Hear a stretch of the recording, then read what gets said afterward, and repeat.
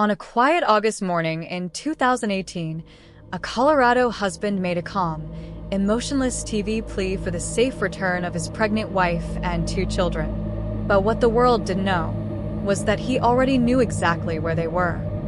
This is the story of how a seemingly perfect family became the center of one of the most chilling domestic crimes in modern American history, the case of Chris Watts.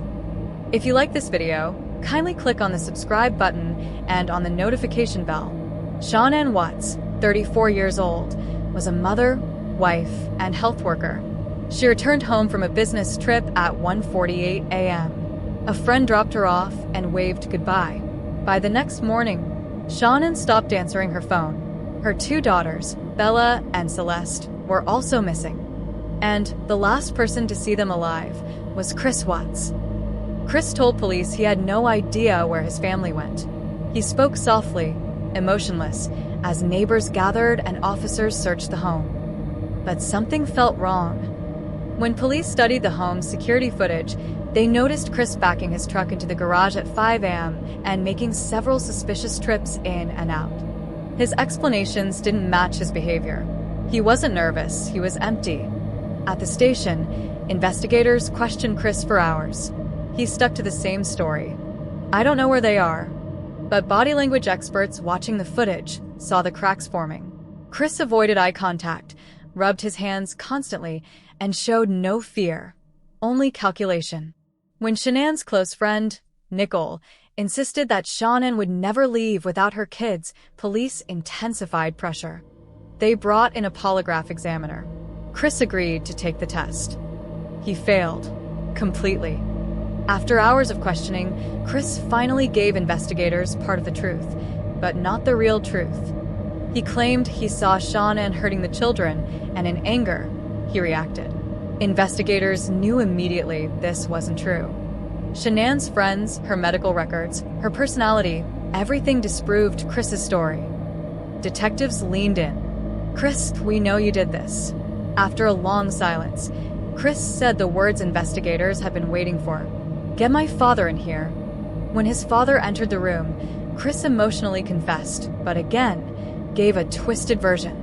He admitted harming Shanann, but insisted he panicked about the children afterward. Investigators knew the truth was darker. Phone records, truck GPS, and surveillance video revealed the real story. Early that morning, Chris carried out a planned act. He loaded 3 bodies into his work truck. He drove 45 minutes to an oil field owned by his employer. There, he carried out the remainder of his plan. The evidence was overwhelming. His phone data showed 0 panic, 0 confusion, only calm and methodical movements. Investigators realized Chris had made a decision long before that morning, a decision rooted in selfishness, not rage. Investigators discovered that Chris had been having an affair with a coworker. He wanted a new life, without responsibilities, without the burden of a family he now viewed as an obstacle.